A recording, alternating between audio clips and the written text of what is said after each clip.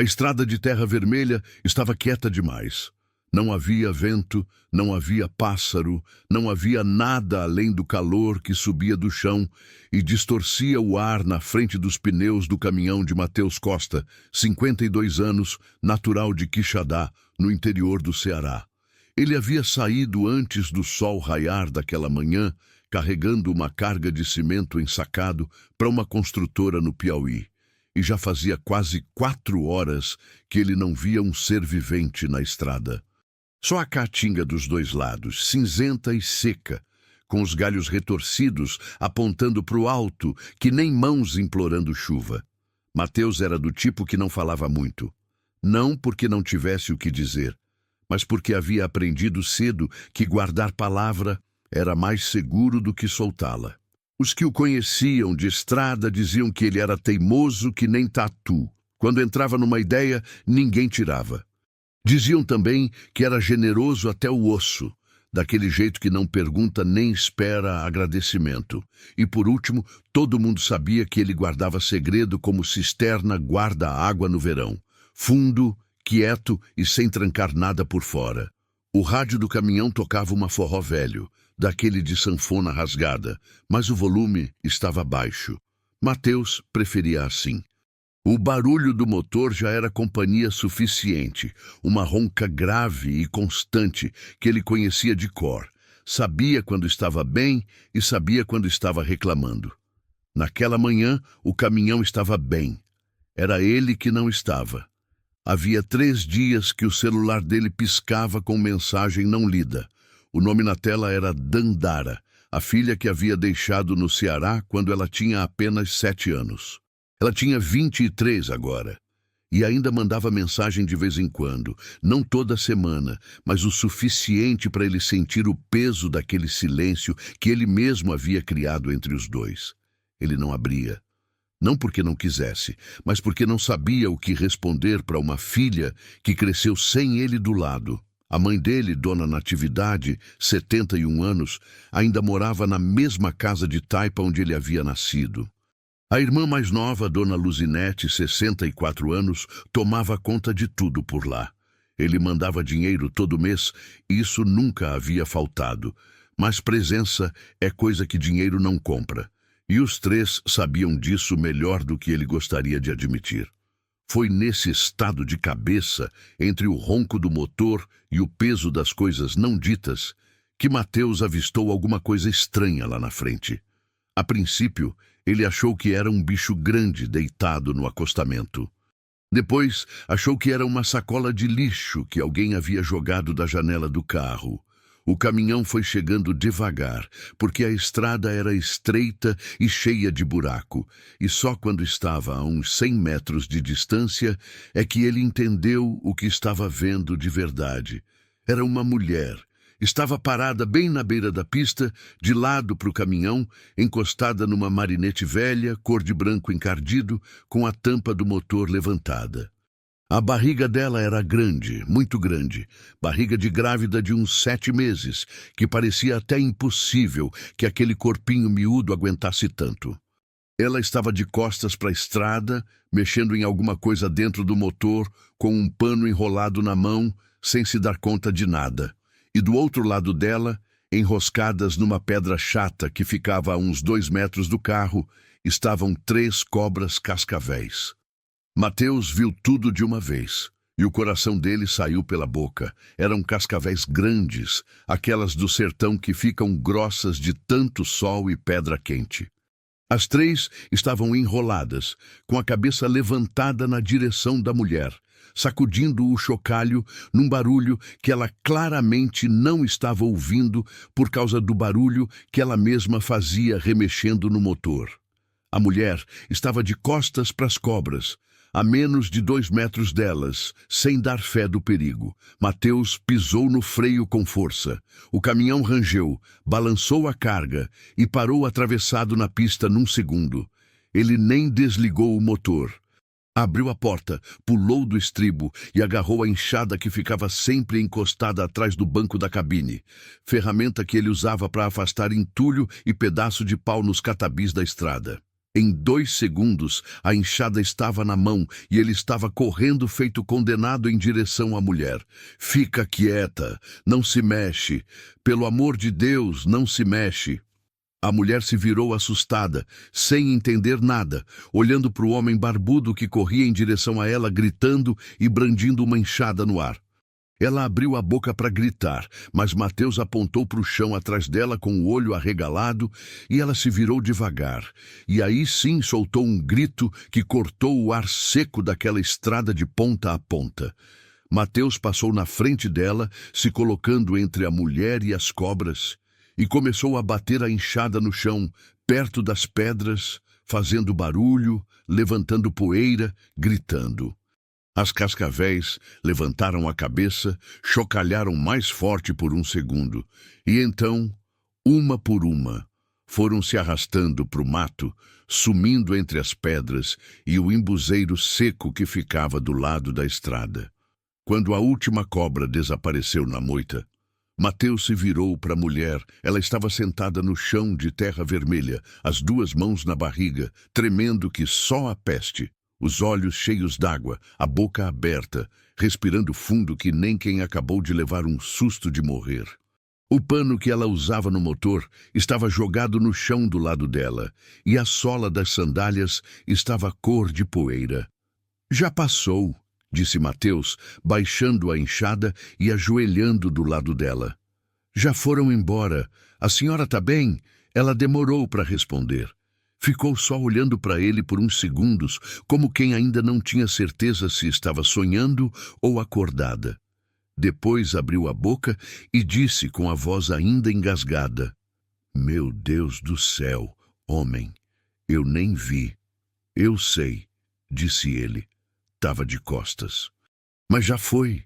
Respira. Ela respirou fundo uma vez, depois outra, a mão ainda firme na barriga grande. Depois olhou para o lado, viu o caminhão atravessado na pista e soltou uma risada curta e nervosa que misturava o alívio com o resto do susto ainda no corpo. O senhor parou o caminhão atravessado? Parei. Ele se levantou e estendeu a mão para ela. Não podia perder tempo procurando onde estacionar direito. Ela pegou a mão dele e se levantou com dificuldade, a barriga pesando, os joelhos ainda bambos. Era miúda, de uns 30 e poucos anos, o cabelo preso num coque que estava desmanchando, a blusa florida, com uma mancha de óleo de motor no lado direito. Tinha aquele jeito de mulher que sabe se virar, que estava com a expressão de quem não costuma pedir ajuda para ninguém, mas que naquele momento estava claramente no limite.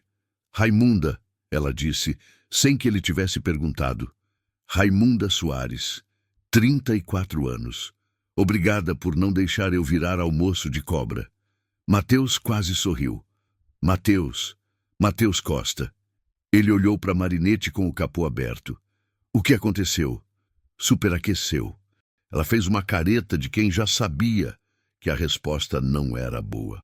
Parei para deixar esfriar um pouco, mas acho que é mais do que isso. Tá vazando alguma coisa, que eu vi escorrer por baixo do carro. Ela olhou para a estrada nos 2 sentidos. Não passa carro nessa BR há mais de 1 hora. Mateus foi até a Marinette, se abaixou, olhou por baixo, levantou, olhou dentro do motor. Não era mecânico, mas anos de estrada ensinaram o suficiente para ele saber o que estava vendo. A mangueira do radiador estava partida e o líquido de arrefecimento tinha ido embora todo. O carro não ia a lugar nenhum sozinho. Mangueira furou, ele disse. Não anda assim. Raimunda fechou os olhos por 1 segundo. Que bom, ela disse, com uma ironia seca que era claramente um jeito de não chorar. Que notícia boa. Quanto mês está? 7,5. Mateus ficou olhando para ela por um instante. 7,5 meses de barriga, sozinha numa estrada de terra, com o carro quebrado, a uns 40 quilômetros do município mais próximo, no meio de um calor que fazia a pissarra da estrada rilhar. Tem alguém que a senhora pode ligar? Ela abriu a boca, fechou, abriu de novo. Tenho um número de um primo que mora em Picos, mas nem sei se ele está lá. Faz tempo que não falo com ele. Liga. Ela ligou. Caiu direto na caixa postal. Ela desligou sem deixar recado e ficou olhando para o celular com aquela expressão de quem já estava acostumada a que as coisas não dessem certo. Mateus olhou para o caminhão, depois para a estrada, depois para ela. A senhora sobe. Eu levo até o hospital de Floriano. É o mais perto que tem estrutura de verdade. Não quero dar trabalho. Já deu, ele disse sem maldade. Fiz o caminhão de abóbora na pista para salvar a senhora das cobras. O trabalho já está dado. Sobe! Raimunda olhou para ele por um segundo. Esse olhar de mulher que avalia tudo de uma vez, que decide rápido se pode confiar ou não. Depois olhou para a barriga, depois para o carro quebrado, depois para a estrada que estava vazia nos dois lados até onde a vista alcançava. Deixa eu pegar minha mala. Ela pegou uma mala média do banco de trás da Marinette, uma sacola com amostras de renda de bilro que ficava no porta-malas e um saco de tecido com mantimento que ela havia comprado de manhã cedo. Mateus a ajudou a subir no estribo do caminhão, que era alto demais para uma mulher com barriga de 7 meses subir sozinha. A cabine cheirava a café passado e a couro ressecado pelo sol. Tinha um santinho colado no painel, uma garrafa de água pela metade e um casaco de moletom dobrado no canto do banco que fazia de travesseiro nas paradas longas. Raimunda se acomodou no banco do passageiro, colocou a sacola no chão e ficou olhando para frente enquanto Mateus ligava o motor. Obrigada, ela disse de novo, mais baixo dessa vez. Ele só fez que sim com a cabeça e colocou o caminhão em marcha. A estrada vermelha foi sumindo atrás deles. A Marinette quebrada ficou lá, sozinha no acostamento, com o capô ainda aberto, igual a uma boca pedindo socorro que ninguém mais ia ouvir. As pedras onde as cobras estavam tinham voltado para o silêncio, como se nada tivesse acontecido. Dentro da cabine, os dois ficaram um tempo sem falar. O forró baixo ainda tocava no rádio. O motor roncava igual. A estrada de terra deu lugar ao asfalto depois de uns 10 quilômetros e o caminhão ganhou velocidade. Foi Raimunda quem quebrou o silêncio.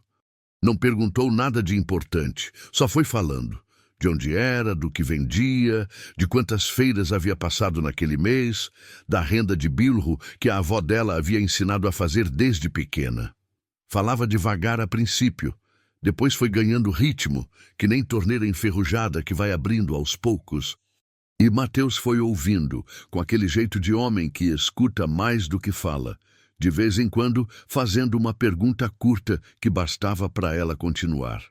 Em algum momento, entre uma história e outra, Raimunda posou a mão na barriga e ficou quieta por uns 2 segundos. Depois disse, ela chutou, acho que está com fome igual a mim. Tem biscoito no porta-luvas, disse Mateus. Ela abriu o porta-luvas. Tinha um pacote de biscoito de polvilho pela metade.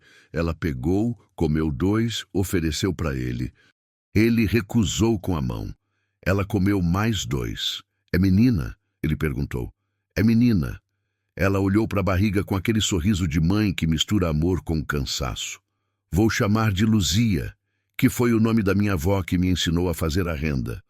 Mateus não disse nada, só sentiu o sol estava no alto quando eles chegaram nos arredores de Floriano. A cidade apareceu no horizonte, com o rio Parnaíba brilhando do lado, e Mateus pegou a saída certa sem precisar perguntar. Conhecia aquela cidade de outras viagens. O hospital ficava num bairro perto do centro, um prédio de 2 andares com a fachada de azulejo branco desbotado pelo tempo. Ele estacionou o caminhão na rua de frente. Ajudou Raimunda a descer, pegou a mala dela. Pode deixar, ela disse. Eu levo. Tô levando, ele disse. Ela deixou. Na recepção do hospital, uma enfermeira chamada Valdirene, uns 40 anos, com o jaleco amarrado na cintura e um batom cor de tijolo, veio logo atender. Viu a barriga de Raimunda, viu a expressão dela e fez todas as perguntas de praxe em menos de 2 minutos. Enquanto Raimunda era levada para uma sala de avaliação, Mateus ficou parado na recepção, com a mala dela na mão, sem saber bem o que fazer. Ele poderia ter deixado a mala no balcão e ido embora. A carga de cimento esperava no Piauí. A entrega estava marcada. Cada hora parado era dinheiro perdido, mas ele não foi. Ficou sentado num tamborete de plástico na recepção, com as mãos apoiadas nos joelhos, olhando para o corredor por onde Raimunda havia sumido. Não sabia por que ficou. Não conseguia explicar. Era um daqueles sentimentos que a gente não tem nome, só tem peso. Uma hora depois, a enfermeira Valdirene saiu do corredor e veio até ele. "O senhor é familiar dela?" "Não. Trouxe ela da estrada. Carro dela quebrou." A enfermeira olhou para ele com aquele olhar de quem está avaliando a situação. "Ela está bem. Bebê está bem. Mas ela vai ficar em observação pelo resto do dia por conta do susto e da pressão que subiu um pouco." "O senhor vai ficar?" Mateus ficou olhando para o corredor vazio. "Vou ficando", ele disse, e foi nessa hora que o celular dele piscou de novo. O nome na tela: Dandara. Mensagem nova. Ele olhou para a tela, olhou para o corredor e guardou o celular no bolso sem abrir. Lá dentro do corredor, por trás de uma porta de alumínio, Raimunda estava deitada numa maca ouvindo o coração da filha no aparelho.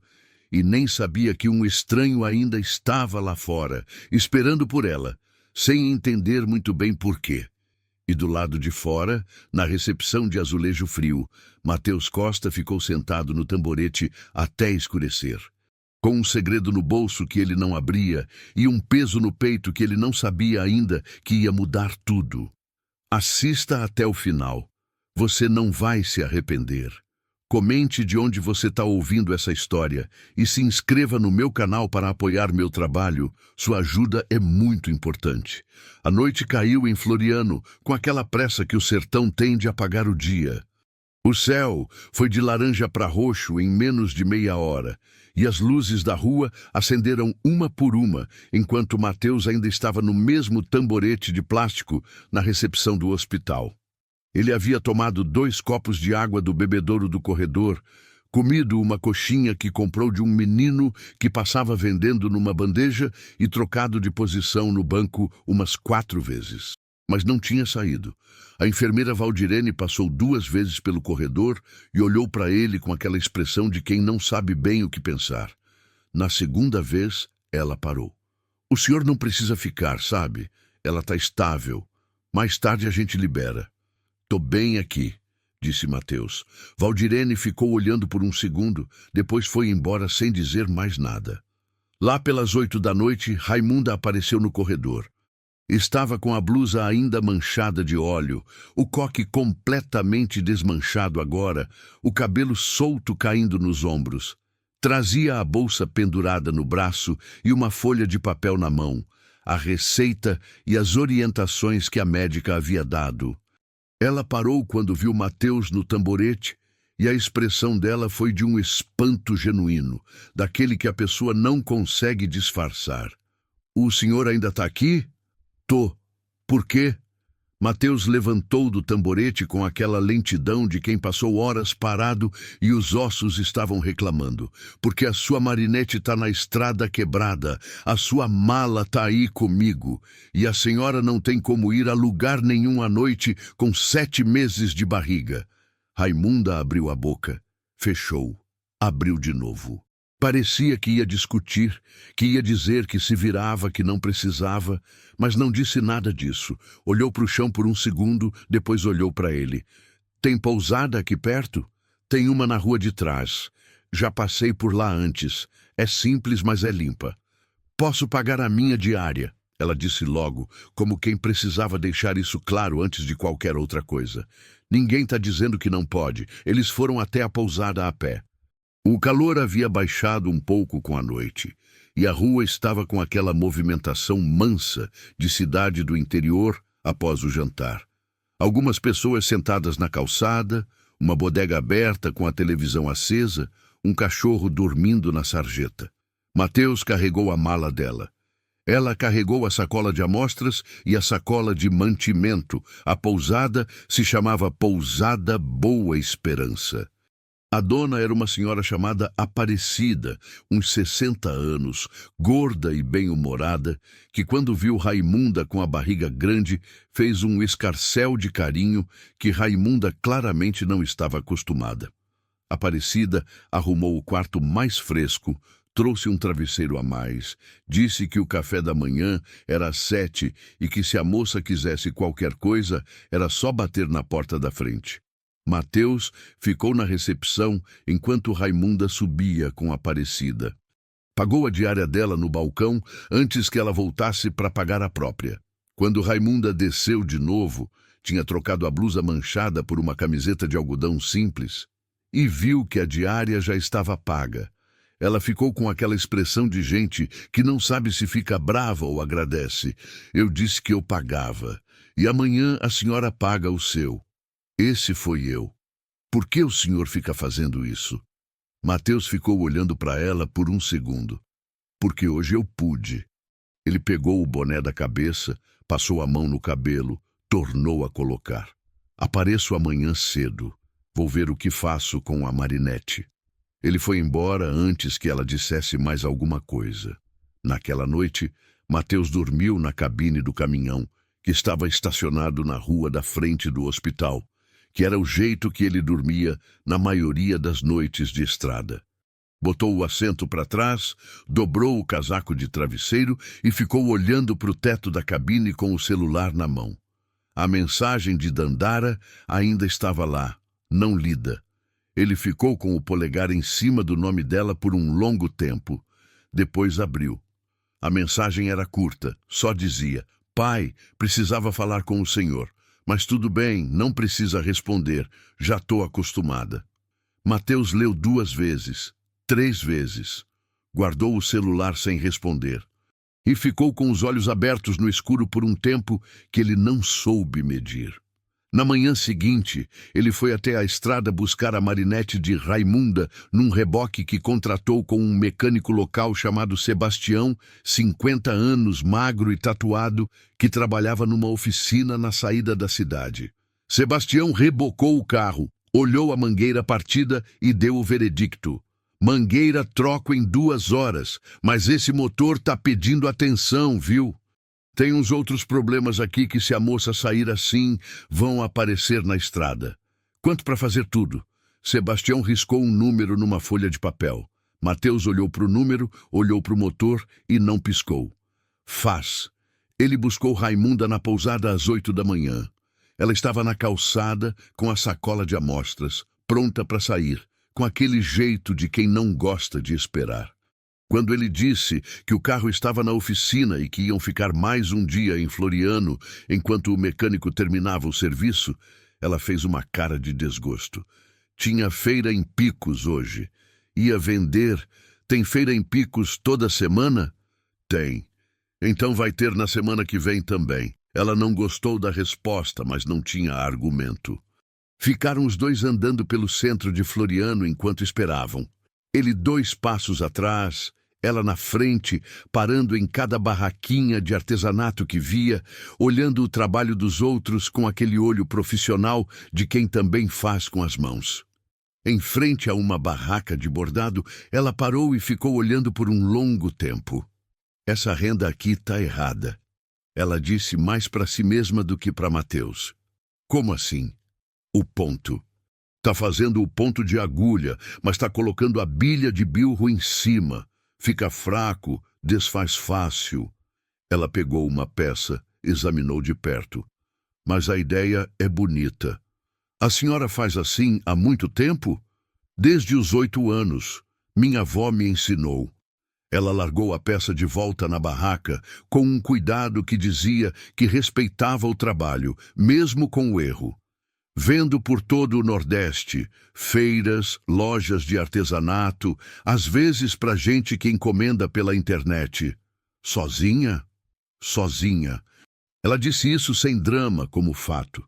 Mateus não perguntou mais nada, mas a pergunta que ele não fez ficou no ar. Sobre o pai da criança, sobre onde estava, sobre por que ela estava sozinha na estrada com 7 meses de barriga. Raimunda não ofereceu a resposta e ele não forçou. Só à tarde, quando estavam sentados num banco de praça perto da orla do rio comendo pastel que compraram numa barraca, foi que ela falou sozinha. O pai dela foi embora faz 4 meses. Mateus não disse nada. Continuou comendo o pastel. Não foi embora assim, de mala e cuia, ela continuou, olhando para o rio. Foi sumindo devagar. Uma viagem aqui, uma viagem ali, e um dia eu acordei e o número dele não existia mais. Conta no banco, as coisas da casa, tudo foi com ele. Ela fez um gesto com a mão rápido, como quem bota para fora. Fiquei com o que era meu mesmo. A renda, o carro, a barriga. O nome dele? Valdinei, 40 anos. Vendedor. Ela soltou um ar. Ou pelo menos era isso que ele dizia que era. Mateus ficou quieto por um momento. E a família dele? Tem como falar com alguém? Nunca quis saber da família dele. Ele mesmo nunca falava muito. Só sei que era de algum lugar do Ceará, que foi onde a gente se conheceu, numa feira em Juazeiro. Mateus parou de mastigar por um segundo. Juazeiro do Norte. Ele conhecia bem. Havia passado por lá tantas vezes que sabia as ruas de cor. Sobrenome dele? Ferreira. Valdinei Ferreira. Mateus ficou olhando para o rio. Aquele sobrenome não era incomum no Nordeste. Tinha Ferreira para tudo quanto era lado. Mas o nome Valdinei, de Juazeiro, vendedor, sumido, ficou riscado na memória dele, sem ele saber ainda por quê. Naquela tarde, a oficina ligou dizendo que a Marinette estava pronta. Sebastião havia feito um serviço caprichado, trocou a mangueira, ajustou o carburador, verificou os pneus. O carro estava mais para frente do que havia chegado.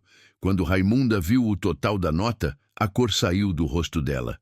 Não tenho esse dinheiro agora. Já tá pago, disse Mateus. Ela virou para ele. Mateus, Raimunda, o senhor não pode ficar pagando as minhas contas. Não tô pagando as suas contas, tô emprestando. Ele olhou para ela direto. Quando a senhora puder, paga de volta. Sem pressa. Ela ficou olhando para ele por um tempo longo, com aquele olhar que avaliava tudo, que procurava o que estava por trás, o que ele queria, qual era o preço que viria depois. E só encontrou um homem de meia idade, cansado de estrada, sem segundas intenções aparentes, esperando ela decidir. Eu anoto tudo, ela disse, cada centavo, e pago de volta. Pode anotar. Ela foi buscar a Marinette.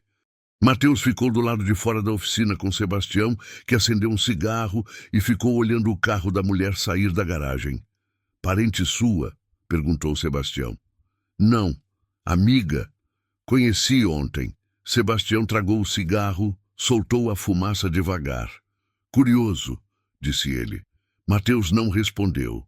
Na hora da despedida, já com o sol descendo e a Marinette abastecida e pronta, Raimunda ficou parada do lado do carro dela, a mão na porta, sem entrar ainda. Obrigada, ela disse.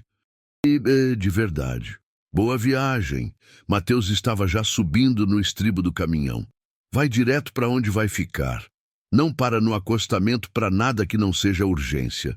Já aprendi a lição sobre acostamento. Ela disse, com um sorriso curto, que era a primeira vez que ele via ela sorrir de verdade. Os dois foram embora em direções diferentes.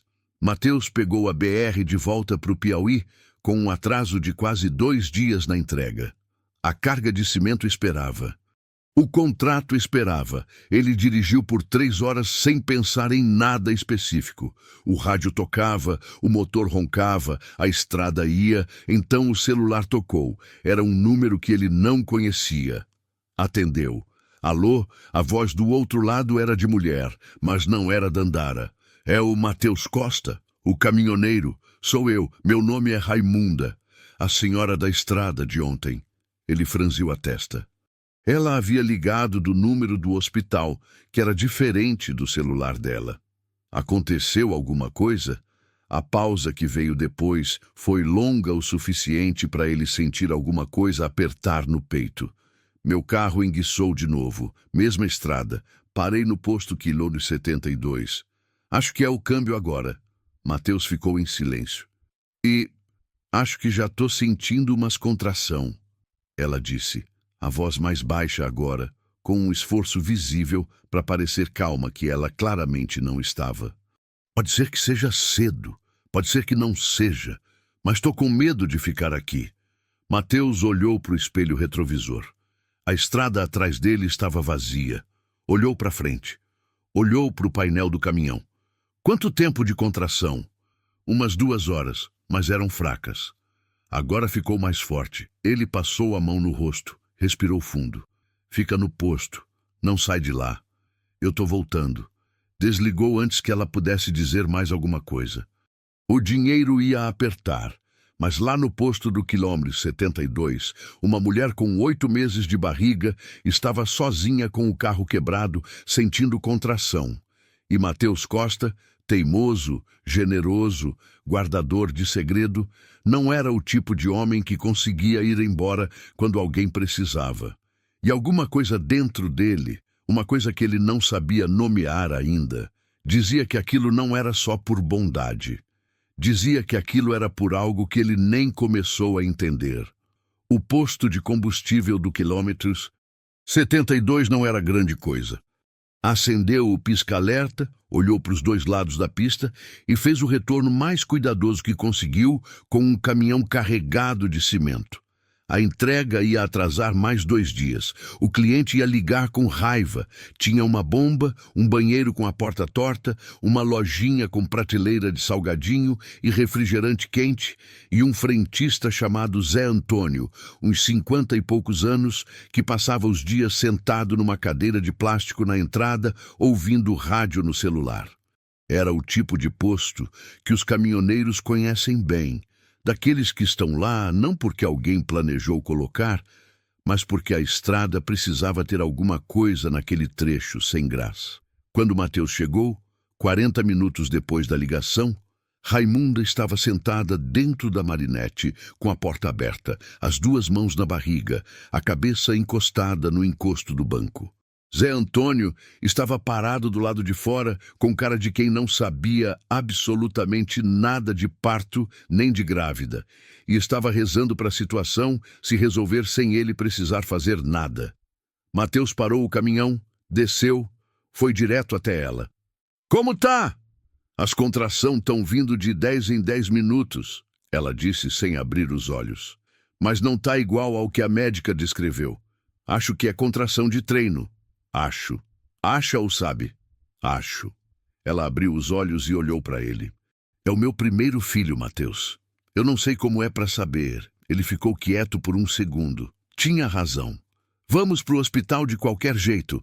Tô tentando dizer que talvez não precise, e eu tô dizendo que a gente vai do mesmo jeito. Ele abriu a porta do caminhão. Sobe. Ela ia discutir. Ele viu a expressão dela se preparando para isso. Mas outra contração veio. E ela fechou os olhos, apertou a barriga com as mãos, e a discussão foi embora junto com o ar que ela soltou devagar pela boca. Subiu no caminhão sem mais conversa.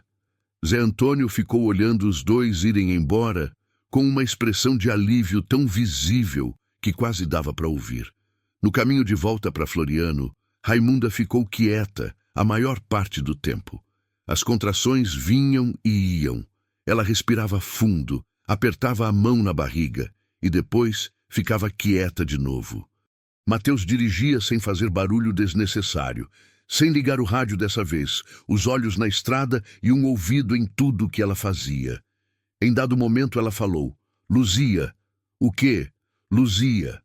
Já falei para você que vai chamar Luzia? Falou. Tô com medo que ela venha antes da hora. A voz dela saiu diferente dessa vez, mais mole, sem a casca de mulher que se vira sozinha. A médica disse que tá tudo bem, que é cedo ainda para se preocupar. Mas ontem, quando eu senti a primeira contração, sozinha naquela estrada, ela parou, respirou. Faz um tempo que eu não sinto medo de verdade. Já aprendi a lidar com as coisas sem medo. Mas ontem senti. Mateus não disse nada por um instante. Depois, medo de vez em quando não faz mal. Faz quando você não tem ninguém para ficar do seu lado enquanto sente. O caminhão ficou em silêncio por uns 2 quilômetros. Agora tem, disse Mateus. Raimunda virou o rosto para a janela. Ele não viu a expressão dela, mas viu o ombro dela subir e descer uma vez, devagar.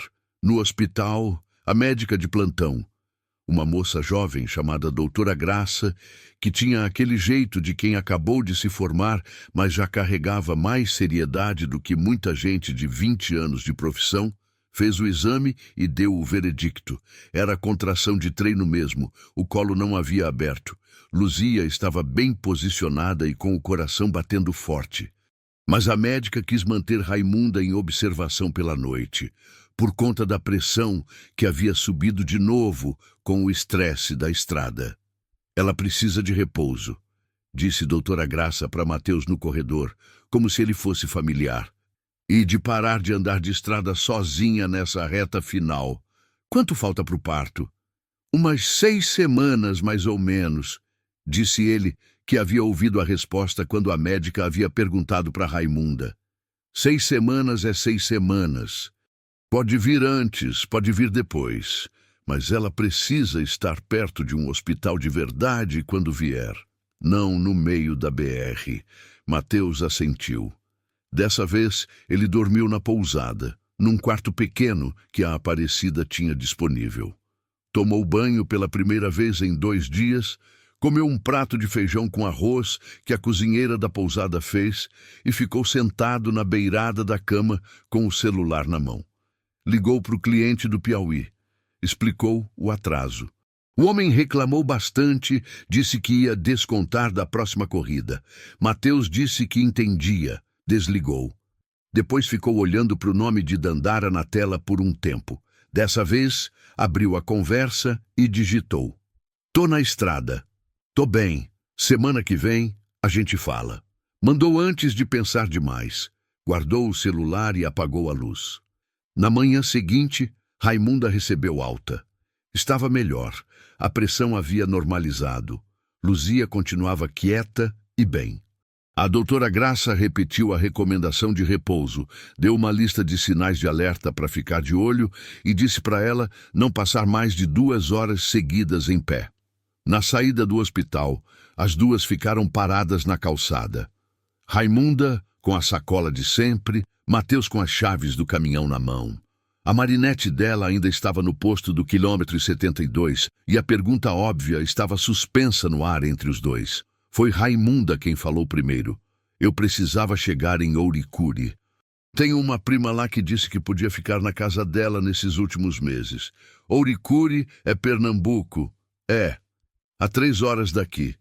Mateus fez as contas na cabeça. Ele tinha que ir para o Piauí de qualquer jeito. A carga de cimento, o cliente irritado, o contrato. Ouricuri ficava numa direção diferente. Mas a marinete está quebrada, ele disse. Eu sei. Ela fez um gesto vago com a mão. Vou ver se consigo alguém que me dê uma carona. Ou um ônibus. Ônibus de Floriano até Ouricuri é quase 5 horas, com baldeação em Paulistana. Ele colocou o boné na cabeça. Fica com a prima. Quando você estiver instalada, a gente pensa o que faz com o carro. Ela franziu o senho. Você vai me levar? Vou deixar você em Ouricuri. Depois, pego a BR para o Piauí. Dá um desvio, mas não é absurdo. Raimunda ficou olhando para ele por aquele tempo longo de sempre. Aquele olhar que pesava tudo. Por que você faz isso? Mateus pensou na resposta por um momento. Podia dizer que era bondade. Podia dizer que era porque estava no caminho. Podia dizer qualquer coisa simples. Mas não disse nenhuma dessas. Porque quando eu estava na sua idade, havia um homem que me deu uma carona numa noite de chuva em Fortaleza, quando eu não tinha onde dormir. Nunca soube o nome dele. Ele abriu a porta da cabine. Sobe. Ela subiu. A viagem até Ouricuri durou 4 horas, porque a estrada era cheia de trecho ruim e Mateus foi devagar por conta da barriga de Raimunda. Eles conversaram mais do que nas viagens anteriores, não sobre coisas pesadas, mas sobre as coisas do cotidiano de quem vive na estrada. Ela falou de feiras que havia visitado, de tipos de renda que fazia, das encomendas maiores que havia conseguido para fora do estado. Ele falou de estradas que conhecia, de cidade pequena que escondia coisa boa, de como o sertão muda de cara dependendo da estação. Em algum momento, passando por uma cidade chamada Simplício Mendes, Raimunda viu um grupo de mulheres numa praça fazendo renda de bilro numa roda. Ela ficou de cara colada na janela do caminhão. Para um segundo, Mateus parou o caminhão na beira da praça. Raimunda desceu, foi até o grupo, e os 10 minutos seguintes foram ela conversando animadíssima com aquelas mulheres, mostrando o trabalho dela, olhando o trabalho delas, falando de ponto e de bilha e de palito, com uma energia que Mateus não havia visto nela até então. Era como se ela houvesse trocado de pessoa. Saiu a mulher cansada e assustada da estrada e apareceu a artesã que era de verdade, apaixonada pelo que fazia. Quando voltou para o caminhão, ela estava com um brilho diferente no olho. Essas mulheres aqui têm um grupo de venda que manda para a loja em Petrolina. Pegaram meu número. Bom, às vezes a estrada dá surpresa boa, ela disse. Ele só assentiu, mas por dentro pensou que aquilo ali era a versão dela dele. Esse jeito de encontrar coisa boa no meio do que parecia só problema. A prima de Raimunda se chamava Marinês, 42 anos, mãe de 3 filhos, casada com um homem que trabalhava na construção civil. Morava numa casa de tijolos à vista, num bairro simples de Ouricuri, com uma mangueira enorme no quintal e uma varanda com rede. Quando viu Raimunda descendo do caminhão com a barriga enorme e a mala na mão, Marinês deu um grito de susto e alegria ao mesmo tempo e veio correndo pela calçada. Minha Nossa Senhora, Raimunda, olha essa barriga! As duas se abraçaram como quem faz tempo que não se vê, que era verdade. Raimunda havia dito que não via a prima há quase 2 anos. Marinês ficou fazendo 1000 perguntas ao mesmo tempo, olhando a barriga, chamando os filhos para ver, gritando para o marido que estava lá dentro. Mateus ficou na calçada com a mala de Raimunda, um passo atrás, como sempre. Marinês o viu e parou. É o seu marido? Não, disse Raimunda. É o homem que me salvou de cobra e me trouxe até aqui. Marinês ficou olhando para Mateus com uma expressão que misturava confusão com gratidão. Entra, homem. Pelo menos toma um café. Não precisa, obrigado. Entra, disse Raimunda. Pelo menos um café. Ele entrou. A casa de Marinês tinha aquele cheiro bom de casa nordestina. Café no fogão, roupa passada, um tempero de cebola que vinha de algum lugar da cozinha. Os filhos de Marinês eram 3 meninos, 8, 11 e 14 anos, que olharam para o homem grande e calado com aquela curiosidade direta de criança que não sabe disfarçar. O café foi servido com bolo de milho, feito na hora. Mateus comeu sem reclamar. Marinês ficou sentada na frente dele, fazendo perguntas com aquele jeito de nordestina curiosa que não tem cerimônia. Onde morava, o que carregava, há quanto tempo conhecia Raimunda. Ele respondeu tudo com objetividade, sem mentir, sem contar mais do que precisava. Quando foi embora, Raimunda o acompanhou até o portão. Ficaram parados na calçada com o sol do fim de tarde batendo de lado. Obrigada, ela disse. De novo. Para de agradecer. Vou parar quando parar de ter motivo. Ela ficou olhando para ele por um instante. Você vai passar por aqui de volta? Depende da rota. Às vezes passo por Ouricuri, às vezes não. Se passar, para. Ele olhou para ela. Ela tinha falado isso com aquele tom direto dela, sem romantismo, sem drama. Era um convite simples de pessoa que queria saber que o outro estava bem. Paro, ele disse. Subiu no caminhão, ligou o motor. Raimunda ficou no portão com a mão levantada num gesto de tchau curto. Marinês apareceu ao lado dela, com um filho em cada lado, todos acenando. Mateus foi embora pela rua de terra do bairro, ganhou o asfalto, entrou na BR. Dirigiu por 1 hora em silêncio. O sol foi sumindo, o céu foi escurecendo, então o celular vibrou. Era uma mensagem de Dandara. Curta de novo. Vovó tá pedindo pelo senhor. Mateus leu a mensagem. Releu. A mão apertou o volante. Dona Natividade, 71 anos, a mãe dele que estava lá no interior do Ceará, numa casa de taipa, pedindo pelo filho. Ele ficou dirigindo por mais 10 minutos em silêncio. Depois digitou com o polegar, sem parar o caminhão. Semana que vem eu tô aí. Mandou. Guardou o celular. E só ali, com o escuro da BR fechando dos dois lados e os faróis do caminhão abrindo um túnel de luz na frente, Matheus Costa sentiu o peso de tudo que havia deixado para trás começar a pousar. Não de uma vez. Devagar. Que nem chuva que começa com uma gota só. E a gente ainda pensa que não vai chover, mas vai. Matheus entregou a carga de cimento no Piauí numa segunda-feira de manhã, com 3 dias de atraso. O cliente era um homem chamado seu Osmar, dono de uma pequena construtora em Floriano do Piauí, que ficou de braços cruzados na porta do depósito, assistindo o caminhão chegar com aquela expressão de quem já tinha preparado a bronca com antecedência. O desconto na corrida veio como prometido. Matheus assinou o recibo sem discutir, agradeceu e foi embora. Na estrada de volta, em vez de pegar a rota que o levaria de volta para o interior cearense pelo caminho mais rápido, ele desviou. Passou por Ouricuri.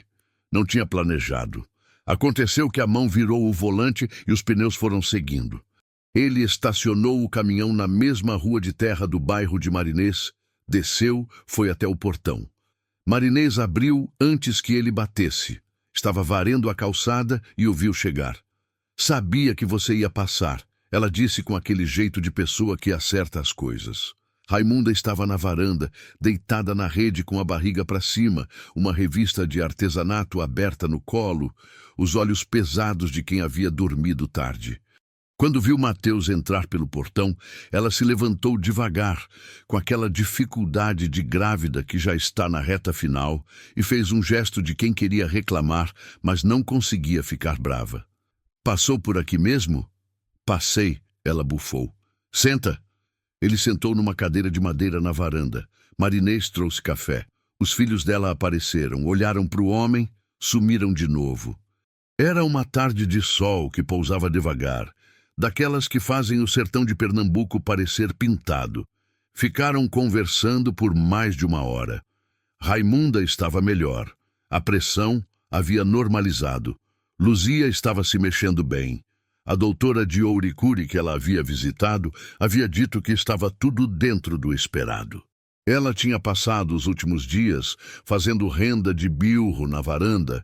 Já havia recebido 2 encomendas do grupo de Simplício Mendes, que havia conhecido na viagem, e estava com aquele brilho de quem está trabalhando no que ama. Tem uma loja de artesanato aqui em Ouricuri que Marinês me apresentou. Ela disse. Falei com o dono. Ele se interessou pelas peças. Vai fechar negócio? Ainda não sei. Ele quer ver mais amostras. Ela mexeu na barriga com a mão. Mas estou com esperança. Matheus ficou olhando para ela por um instante. Tinha alguma coisa diferente nessa Raimunda comparada à mulher que ele havia encontrado na estrada com o carro quebrado e as cobras atrás. Era a mesma pessoa, a mesma teimosia, o mesmo jeito direto de falar. Mas havia uma leveza que ele não havia visto antes. Você parece mais descansada. Tô. Ela fez uma pausa. Faz tempo que não ficava parada numa casa de verdade por mais de 2 dias seguidos. Estava esquecida de como é. Quando Matheus foi embora, Raimunda o acompanhou até o portão de novo, como da outra vez. Mas dessa vez, ela ficou quieta por um momento antes de falar. Você vai para o Ceará? Vou. Prometei para minha filha. Ela assentiu devagar. Tem coisa que a gente deixa para depois demais que devia. Ela disse. Não era conselho, não era crítica. Era só constatação, do jeito que ela tinha de dizer as coisas certas, na hora certa, sem fazer escarcéu. Matheus ficou olhando para ela por um segundo. Tem. Vai logo, então. Ele foi. A estrada para o Ceará era conhecida, mas sempre parecia diferente dependendo do estado de espírito de quem dirigia. Naquela tarde, com o sol de lado e o céu começando a ganhar as primeiras estrelas lá para o horizonte, a estrada pareceu mais comprida do que o normal. Não em quilômetro, Em peso, Mateus foi passando pelas cidades de sempre, Salgueiro, Iguatu, Crato. O rádio tocava coisas que ele não ouvia de verdade, só deixava tocar para não ficar com o silêncio total, que era quando os pensamentos vinham mais alto. Ele foi pensando na mãe. Dona Natividade era daquele tipo de mulher nordestina que guarda tudo dentro sem reclamar, que resolve o problema antes de avisar que o problema existia, que não pede socorro em voz alta nem quando está afundando. Se Dandara disse que ela estava pedindo pelo filho, era porque a coisa já estava além do que Dona Natividade conseguia segurar sozinha, e ele havia ficado sabendo por mensagem de celular, no meio de uma viagem, enquanto levava uma desconhecida para o hospital. O pensamento doeu diferente dessa vez. Não veio com a culpa de sempre, que era uma culpa velha e já anestesiada de tanto ser carregada. Veio com clareza, e clareza dói mais, porque não tem como fingir que não viu. Chegou em Quixadá de madrugada. A cidade estava quieta, com as ruas desertas e as casas fechadas. Ele conhecia cada curva dali, cada buraco de asfalto, cada muro com pichação velha. A casa de Dona Natividade ficava numa rua sem saída, a última da direita, com um portão de ferro pintado de verde que estava precisando de tinta nova há anos. Mateus estacionou o caminhão na rua de frente. Ficou sentado na cabine por um tempo com o motor desligado e o silêncio da madrugada entrando por tudo. Então desceu. Bateu no portão 3 vezes de mansinho porque era madrugada e não queria assustar ninguém. Mas luz acendeu rápido demais. Alguém estava acordado. A janela da sala abriu e uma cabeça apareceu. Era Dandara. Ela olhou para ele por um segundo com aquele olhar de quem não tem certeza se está vendo de verdade. Então sumiu da janela e em menos de 30 segundos a porta da frente abriu e ela estava no portão. Dandara tinha 23 anos, o cabelo trançado, os olhos da cor do pai, a altura da mãe. Estava de pijama e chinelo, com aquela expressão de quem passou muitas noites acordada, esperando coisa que nunca chegava. Olhou para o pai parado do lado de fora do portão, com a mão no ferro, e não disse nada por um momento. Mateus também não disse. Ficou olhando para ela e sentindo que cada segundo que passava sem falar era um segundo a mais de uma dívida que ele havia deixado crescer sem querer. Entrou de surpresa. Ela disse por fim. A voz estava plana, controlada, daquele jeito de quem aprendeu a não demonstrar porque demonstrar dói. Eu sei. Ele passou a mão no rosto. Posso entrar? Dandara ficou olhando para ele por mais um instante. Depois abriu o portão. A casa cheirava igual à infância dele. Aquele cheiro de casa velha e bem cuidada, de madeira e cal, e alguma coisa que ele nunca soube nomear, mas que reconhecia antes mesmo de entrar. As mesmas cortinas da janela, o mesmo oratório no corredor com a vela acesa, o mesmo relógio de parede que havia parado de marcar as horas, certo 20 anos atrás, e que ninguém havia consertado porque Dona Natividade dizia que relógio parado na parede traz lembrança de tempo bom. Dandara o levou direto para o quarto da avó. Dona Natividade estava na cama, deitada de lado, com um cobertor fino mesmo com o calor. Era pequena, seca, a pele escura e riscada de anos de sol e trabalho. Os olhos estavam abertos quando Mateus entrou, e quando ela o viu, algo nela se moveu. Não o corpo, que estava cansado demais. Foi no rosto, uma coisa pequena, um relaxamento, como se ela tivesse esperando e finalmente pudesse parar de esperar. Meu filho, ela disse, com a voz fraca, mas inteira. Mateus foi até a beirada da cama, se abaixou, pegou a mão dela. A mão estava leve e quente e menor do que ele lembrava. Mainha. Isso que adianta. No dia seguinte, depois que Mateus dormiu algumas horas no quarto de hóspedes, que havia sido o quarto dele quando menino, Dandara contou tudo que ela havia guardado.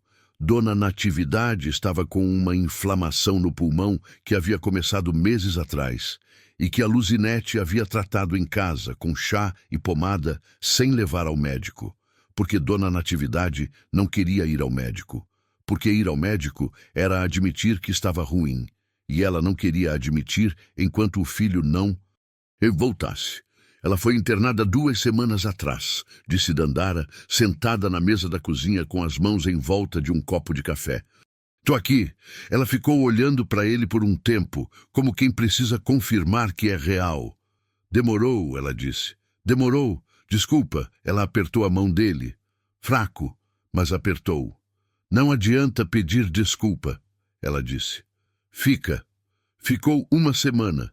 Saiu melhor. Mas o médico disse que precisa de acompanhamento, de fazer o tratamento certinho, de não ficar sozinha. Ela olhou para o pai. Dona Luzinete tem a própria família, os próprios problemas. Ela faz o que pode, mas não dá conta de tudo. Mateus ficou ouvindo sem interromper. Eu mandei mensagem para o senhor 3 vezes, continuou Dandara, a voz ainda controlada, mas agora com uma rachadura pequena. Antes da internação, durante, depois, o senhor respondeu 1 vez. Eu sei, eu não tô cobrando. Ela parou, respirou. Tô só contando como foi. Pode cobrar, ele disse. Tenho o que pagar. Dandara ficou olhando para ele. Ela estava esperando que ele se justificasse, que dissesse que estava trabalhando, que estava na estrada, que não tinha como. Mas ele não disse nada disso. Ficou sentado ali com o peso no rosto de quem sabe que errou e não está tentando escapar. Ela ficou quieta por um tempo. Depois, mais baixo. Por que o senhor nunca voltou, pai? De verdade. Por que nunca voltou? Era a pergunta que estava guardada havia anos. Ele sabia. Ela sabia que ele sabia. Mateus ficou olhando para o copo de café na mão. Ficou assim por um tempo que pareceu longo. Depois levantou os olhos para ela. Porque toda vez que pensava em voltar, eu ficava vendo o tempo que já tinha perdido. E quanto mais tempo passava, mais impossível parecia aparecer, como se eu já estivesse devendo demais para poder chegar sem ter como pagar. Ele parou. Sei que não faz sentido. Faz sentido, disse Dandara, num tom que não era perdão, mas era alguma coisa próxima de entender. Faz sentido e ainda assim foi errado. Foi silêncio. Dandara levantou, foi até a pia, lavou o copo. Ficou de costas por um momento. Quando se virou, os olhos estavam brilhando, mas ela não deixou a lágrima cair. O senhor vai ficar? Vou ficar, ele disse. Por quanto tempo precisar? Nos dias seguintes, Mateus entrou numa rotina que não tinha há muito tempo. Acordava cedo, tomava café com a mãe, levava Dona Natividade ao posto de saúde para os controles do tratamento, voltava, almoçava com Dandara e Dona Luzinete quando a irmã aparecia. À tarde, consertava o que estava precisando de conserto na casa. O portão de ferro que rangia, a torneira do banheiro que pingava, a calçada da frente que havia trincado. Era trabalho simples. Mas era trabalho que a casa estava esperando há anos. Dandara foi, aos poucos, deixando a casca mais fina. No 3º dia, ela chegou com uma sacola de pão na mão e disse que havia passado na padaria, que ficava a 3 ruas, e que eles tinham o pão de queijo que o pai gostava quando era novo. No 5º dia, enquanto os dois assistiam televisão na sala, ela riu de alguma coisa que o apresentador disse. Uma risada curta, espontânea, que ela mesma pareceu se surpreender de ter dado. Mateus não forçou nada.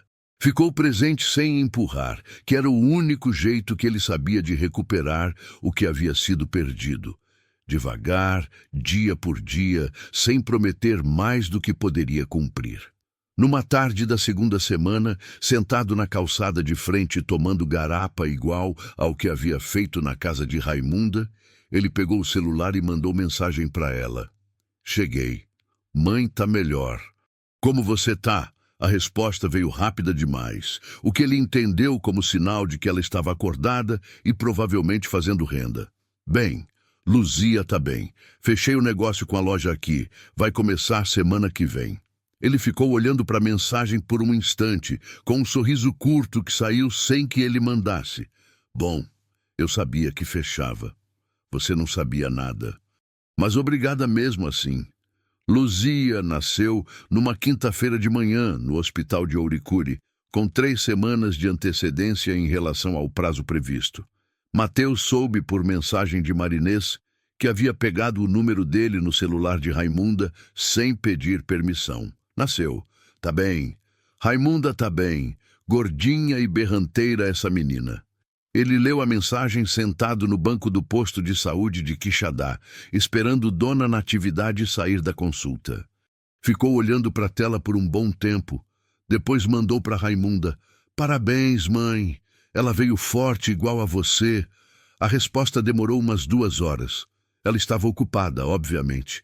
Quando veio, era uma foto. Luzia de frente, embrulhada num pano branco, os olhos fechados, o rosto amassado de recém-nascida, os punhos cerrados dos 2 lados da cabeça, como quem já nasceu pronta para lutar. Mateus ficou olhando para a foto por um tempo que ele não mediu. Havia alguma coisa naquele rosto pequeno e amassado que era ao mesmo tempo novo e familiar, como coisa que a gente não conhece, mas reconhece. Ele guardou o celular quando Dona Natividade saiu pela porta do consultório com o papel da receita na mão e a expressão de quem havia sobrevivido à consulta, que era como ela encarava qualquer médico. "Como foi?" ele perguntou, levantando. "Médico falou muito", ela disse. Mas tô melhorando. Tá melhorando porque tá fazendo o tratamento certinho dessa vez. Tô fazendo porque você fica em cima." Ela reclamou sem nenhuma convicção. Ele pegou o papel da receita da mão dela, deu o braço para ela. Ela pegou, reclamando baixinho de coisas que ele não entendia completamente, e os dois saíram caminhando pela calçada do posto no sol da tarde de Quixadá. 1 mês depois, Mateus voltou a Ouricuri. Não era viagem de trabalho, era visita. Ele havia arrumado um suplente para cobrir as rotas por um tempo, enquanto ele ficava em Quixadá cuidando da mãe. E naquele fim de semana específico, havia decidido fazer o desvio de propósito. Raimunda estava na varanda com Luzia no colo. A menina tinha 1 mês e poucos dias. Estava maior do que ele esperava, com o rosto já menos amassado e os olhos começando a focar nas coisas. Quando Mateus chegou no portão, Raimunda levantou a cabeça e fez aquele sorriso curto e direto que ele já havia aprendido a reconhecer. "Apareceu", ela disse. Disse que parava. Ele ficou olhando para Luzia no colo de Raimunda. A menina estava de olho aberto, girando a cabeça devagar, processando o mundo. "Quer pegar?" perguntou Raimunda. Ele ficou com a menina no colo pela primeira vez. Luzia era leve e quente e cheirava a talco, com aquele cheiro de bebê que é difícil de descrever, mas impossível de esquecer. Ela ficou olhando para ele com aquela atenção de recém-nascida que parece que está vendo coisas que adulto não vê mais. "Ela tá me encarando", disse Mateus. "Ela faz isso com todo mundo." Raimunda tinha o olhar de mãe que acha graça em cada coisa. A parteira daqui diz que ela tem o olhar de alguém, que ela reconhece as pessoas antes de conhecer. Foi nessa hora que alguma coisa bateu em Mateus. Não de imediato. Foi chegando devagar, que nem aquela chuva que começa com uma gota. Ele ficou olhando para Luzia e pensando no nome que Raimunda havia dito na viagem. Valdinei Ferreira, de Juazeiro, vendedor. E pensou num homem que havia conhecido anos atrás, num posto de Juazeiro do Norte, que havia pedido carona numa noite de chuva e ficado na cabine por 3 horas contando o causo. Um rapaz novo, chamado Valdinei, que dizia vender para tudo quanto era lado, que ria fácil e sumia no mesmo ritmo que aparecia. Era um nome comum. Era um lugar comum. Poderia ser coincidência, mas o sertão nordestino era pequeno que doía. Ele não disse nada naquele momento. Ficou com Luzia no colo por mais um tempo, depois devolveu para Raimunda, tomou o café que Marinês trouxe. Ficou na varanda até o sol começar a se abaixar. Na hora de ir embora, parado no portão, ele virou para Raimunda. Raimunda, o Valdinei, ele disse com cuidado. Você sabe se ele tinha um tio chamado Dorivaldo que trabalhava com couro em Juazeiro? Ela franziu o senho. Mencionou uma vez. Disse que tinha um tio que fazia sandália. Por quê? Mateus ficou quieto por um instante. Porque eu acho que eu conheci ele, numa carona, anos atrás. Ela ficou olhando para ele. O mundo é pequeno, ela disse por fim. É. E daí? Isso muda alguma coisa? Mateus pensou na resposta. Não muda o que importa, ele disse. Só fecha uma conta que eu não sabia que estava aberta. Raimunda ficou olhando para ele por aquele tempo longo de sempre. Depois, olhou para Luzia, que estava com a cabeça no ombro dela. A Luzia não precisa de história de pai que sumiu, disse ela, com aquela voz direta, que não pedia nem esperava nada. Ela precisa de presente. De quem está aqui? Eu sei, disse ele. Mas o senhor que está aqui hoje, ela disse, e havia alguma coisa diferente no tom, mais leve. Não é o mesmo que eu encontrei na estrada. Não é, ele concordou. Esse que está aqui já sabe o que deixou para trás e não quer deixar mais. Ela assentiu uma vez. Pequeno, mas inteiro. Ele foi embora. O verão foi passando. Mateus ficou em Quixadá até Dona Natividade terminar o tratamento e receber alta definitiva do médico, o que levou mais 2 meses. Durante esse tempo, Dandara e ele foram construindo devagar o que havia ficado por construir. Não houve um dia específico de perdão, nenhuma conversa grande que resolveu tudo de uma vez. Foi acontecendo nas coisas pequenas, ela pedindo a opinião dele sobre uma coisa, ele perguntando sobre a vida dela, os dois assistindo televisão em silêncio confortável que antes não existia. Numa noite, quando estavam os dois na calçada tomando o fresco, Dandara disse: "O senhor vai voltar para a estrada?" "Vou, é meu trabalho." "Mas vai voltar aqui?" "Vou voltar aqui." Ele olhou para ela. "Isso não vai mudar mais." Ela ficou quieta por um momento. Depois, "Vovó perguntou se você ia trazer a mulher da foto um dia." Mateus franziu o senho. "Que foto?" "Aquela da menina que você mostrou para ela. A bebê." Ele havia mostrado a foto de Luzia para Dona Natividade numa tarde, sem pensar muito, só porque a mãe havia visto o celular na mão dele e perguntado o que estava olhando. Dona Natividade havia ficado olhando para a foto da bebê com uma expressão que ele não havia sabido ler na hora. "A mãe da menina é uma amiga", disse Mateus. "Vovó disse que o jeito que você olhou quando mostrou a foto não era de amigo", disse Dandara, com um sorriso pequeno. Mateus não respondeu. Ficou olhando para a rua, mas por dentro havia alguma coisa que se mexeu. Raimunda havia fechado o contrato com a loja de Ouricuri e em pouco tempo as peças dela estavam sendo revendidas para 3 outros pontos na cidade. O grupo de Simplício Mendes havia mandado o primeiro pedido grande e ela havia ficado acordada até tarde por 2 dias seguidos fazendo a renda para o prazo. Marinês reclamava que ela trabalhava demais com a bebê no colo. Raimunda dizia que a Luzia gostava do barulho das bilhas, que era como uma música para ela. Numa tarde de domingo, enquanto trabalhava na varanda com Luzia dormindo num cesto ao lado, o celular dela tocou. Era Mateus. "Oi", ela disse. "Oi, como tá, Luzia?" "Crescendo, já tá reconhecendo a voz das pessoas. E você?" "Cansada, feliz." Ela fez uma pausa. "As 2 coisas juntas. Isso é bom." "É." Outra pausa. "E você? Tua mãe?" "Alta do médico semana passada." Ele parou por um segundo. "Mapa, tô pensando em voltar para a estrada em breve. Mas vou passar por aí antes." Ela ficou olhando para o trabalho de renda que estava à metade na almofada de bilro. "Semana que vem?" "Semana que vem." Ela ficou quieta por um momento. Depois disse com aquele tom direto que não envolvia nem mais nem menos do que as palavras. Então, tô esperando. Ela desligou. Ficou olhando para Luzia no cesto, que estava dormindo com os dois punhos cerrados do lado da cabeça, igualzinho à foto do dia que nasceu. Do lado de fora, a mangueira de Marinês balançava devagar num vento leve que havia chegado sem avisar, daquele tipo de vento de fim de tarde que anuncia que a chuva vai vir mais tarde, que o calor vai ceder, que o sertão às vezes descansa. Raimunda colocou a mão no trabalho de renda e foi tecendo, bilha por bilha, ponto por ponto, com a paciência de quem sabe que as coisas boas constroem devagar. E foi assim, não com uma grande cena, não com uma revelação enorme, não com um final que a gente vê chegando de longe, que a história do caminhoneiro e da mulher da estrada foi chegando no ponto em que chegou.